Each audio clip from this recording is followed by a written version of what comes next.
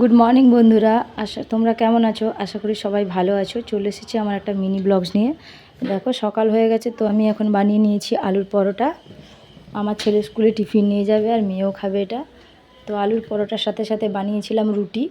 তো আমার ছোট ছেলে দুধ দিয়ে রুটি খাবে আর আমি খাবো চা দিয়ে রুটি।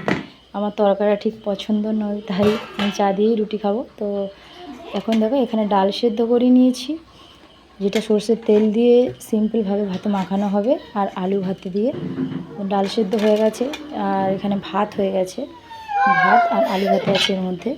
তো ভাত থেকে আলুটা বের করে মেখে আমি আমার ছেলেকে খেতে দিয়ে দিলাম। ও এখানে বসে খাচ্ছে, চামচ দিয়ে খায়, ও হাতে খেতে পারে না।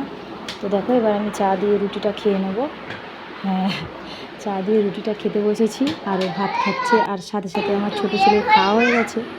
ও একটু দুষ্টুমি করছে ওখানে ড্রেসিং টেবিলের উপর দাঁড়িয়ে ওখানে খেলছে। দেখো দাদার ব্যাগটা নিয়ে। তারপর আমি আমার ছেলেকে স্কুলে দিতে যাচ্ছিলাম। তো এই দেখো আমার ছোটো ছেলে আমার সাথে যাচ্ছে। রাস্তাতে তো প্রচণ্ড ভিড় পড়বে। ব্লগ সম্বন্ধে ব্লগ সম্বন্ধে আমার কোনো আইডিয়া নেই। এবং প্রথম শুরু করলাম সব লজ্জা ত্যাগ করে। এই দেখো রাস্তাতে যাচ্ছে আমাদের এখানে, এইটা বাস রাস্তা। এখানে একটু ভিড়ই থাকে সকালবেলা, আর প্রচণ্ড আজকে রোদ বেরিয়েছে, প্রচণ্ড গরম। বন্ধুরা এখানে বৃষ্টি রোজই হয়, কিন্তু তাপমাত্রাটাও সেরকম ভাইকে নিয়ে যাচ্ছে স্কুলে ছাড়বে। এবার আমার ছোটো ছেলে চকলেটের জন্য দুটো চকলেট নিয়ে আমি স্কুলে ছেড়ে বাড়ি চলে যাচ্ছি। বাড়ি চলে এসে দেখো এখানে সবজিগুলো কেটে নিয়েছিলাম। একটা মিক্স সবজি হবে আর এটা এঁচোড়ের তরকারি হবে।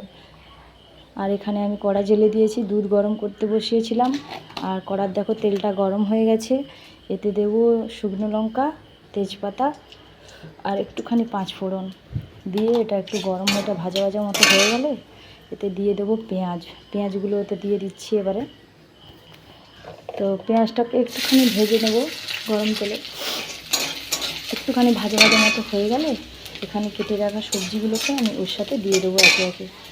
দেখো এখানে সব রকম সবজি আছে, তো মিক্স সবজি বানাবো, আজকে নিরামিষই বানাবো। সবজিগুলোকে সব দিয়ে দিচ্ছি। তো সবজি দেওয়া হয়ে গেলে তারপরে আমি নাড়তে থাকবো হালকা করে।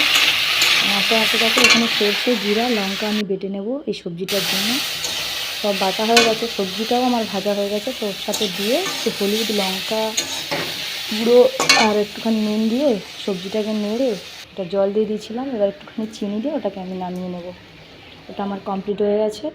তো এখানে দেখো আমি কুকারে করে সেদ্ধ করে রেখেছিলাম কাঁঠাল আর এঁচোড় আর আলুটা। তো ওটাকে আমি কড়াতে তেল গরম হয়ে গেছে, ওটাকে ভেজে নিচ্ছি। লাল লাল করে একটু হালকা ভেজে নেব। ভাবছিলাম আজকে কি করব, তোমাদের সাথে একটুখানি তরকারি রান্না এটাই শেয়ার করি। সিম্পল রান্না, বেশি কিছু সেরকম জানি না করতে, সাদা মাটাই জানি, যেটা জানি। তো এইটুকুই বাস। তেল গরম হয়ে গেছে।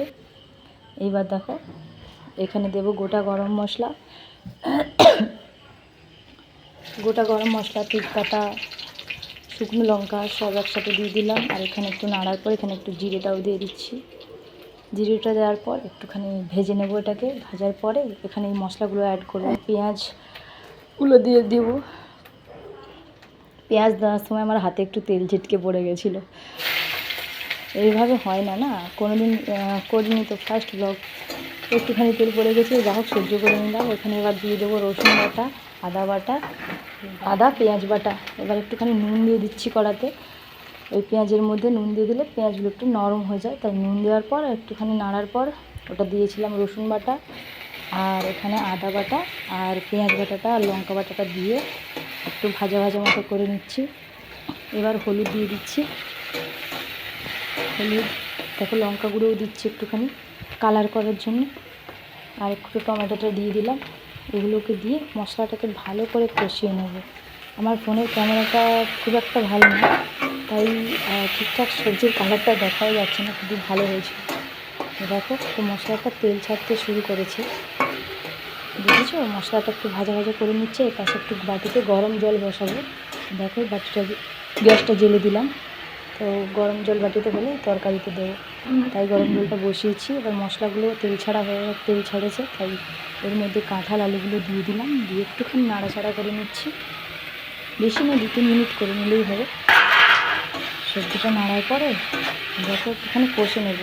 আমি একটু নুনও দিয়ে দিয়েছিলাম, নুনটা কম ছিল, তো একটুখানি নুন দিয়ে ভালো করে সবজিটাকে কষে নিচ্ছি।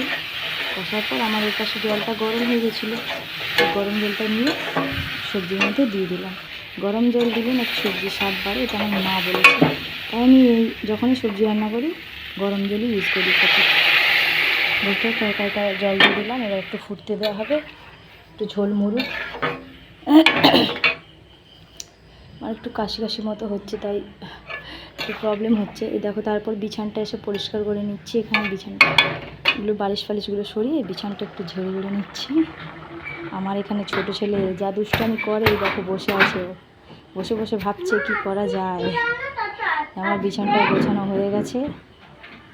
তারপর আমি এখানে রান্নাঘরে এসে ওই তরকারিটাকে একটু দেখে নেবো। তরকারিটা জল শুকিয়ে গেছে, এবার এটাকে আমি নামিয়ে নেবো কড়া থেকে। দেখো আমার সবজি রেডি, দেখেছো কালারটা সুন্দর হয়েছে, কিন্তু ফোনে অতটা বোঝা যাচ্ছে না।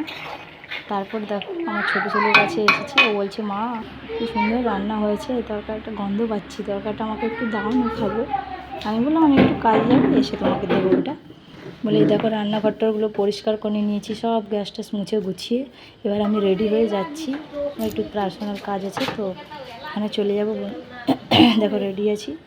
তো ছোটো মিনি ব্লগটা কেমন লাগলো আপনাদের অবশ্যই বলবেন, আর ভুল বলে থাকলে মার্জনা করবেন। সবাই ভালো থাকুন, সুস্থ থাকুন, ধন্যবাদ।